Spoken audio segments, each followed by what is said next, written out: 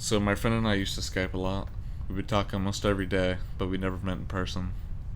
He lived in Wisconsin and I live in California. We met through many different mutual friends. Anyway, I haven't heard from him since the most horrifying moment in my life happened a few weeks ago. I logged onto Skype and called my friend, Xavier. He picked up, and when his webcam turned on, he was sitting against a dark room, his face only visible of his laptop screen. "Hey man, what's up?" I said, a little confused by his scared and worried face. Nothing much, just, hang on, I'll tell you right now," he said, bringing his laptop into his kitchen and sitting at the table. Where he sat, there was a large open space behind him. "Okay, so you might think I'm crazy, but I swear for the past few hours, I've been hearing knocks on the walls and taps. And when I go to investigate, I swear I see a shadow or something. Just talk to me for a..." He cut off. He stared into the area behind his laptop where I couldn't see. "What happened?" I asked. I think I heard another knock from the living room. Dude, I'm seriously freaking out right now. My parents won't be home for another 2 or 3 hours. Please stay with me until then," he begged. "No worries, bro. I'm not going anywhere." I would normally say he's crazy and overacting, but I could hear the fear in his voice. "Hey, why don't you turn the lights on? That might make you feel better. Or turn on the radio. Loud noise helps make the fear go away for some reason." "My power's out." "What about your laptop?" "It's on like 75%, so we have a while. Definitely enough to last till my parents get home."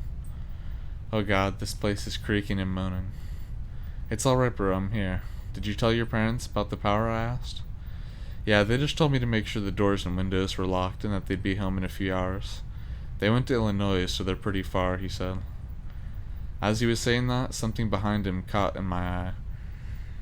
In the corner of his kitchen, there was a tall black figure barely visible in the darkness. "Xavier." We had a code phrase to pay attention to small things. The other one was trying to say it in secret. "Pay it close." "Alright, when?" He knew.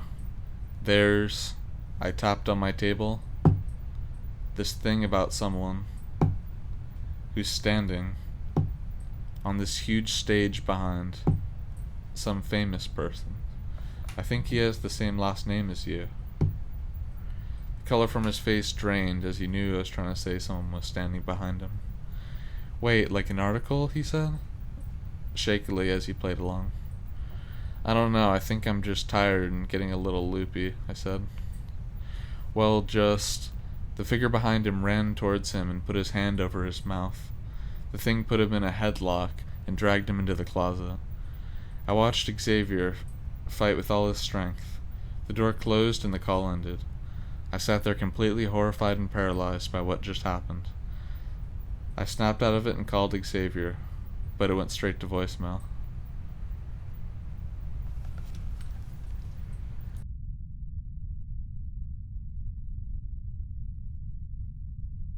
My girlfriend from college moved back to Denmark after this last semester for good, and I'm back in California for the summer.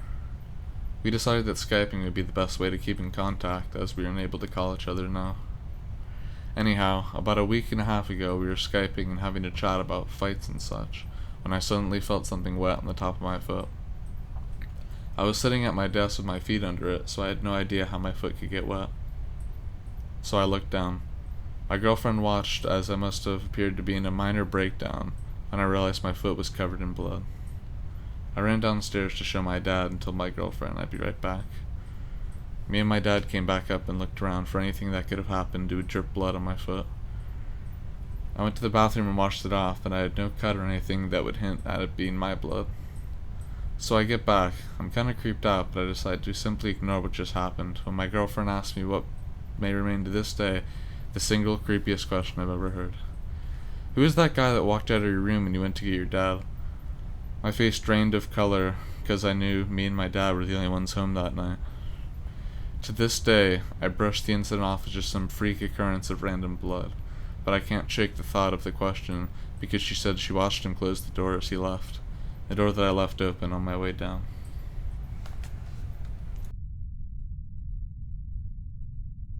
Let me tell you a story. So the other day I was just hanging around my computer, same old teenager things. I'm usually logged onto Skype while I'm on the computer and leave it there in case a friend wanted to randomly call me, so it didn't surprise me all too much when I got a sudden Skype call as I was browsing my Facebook.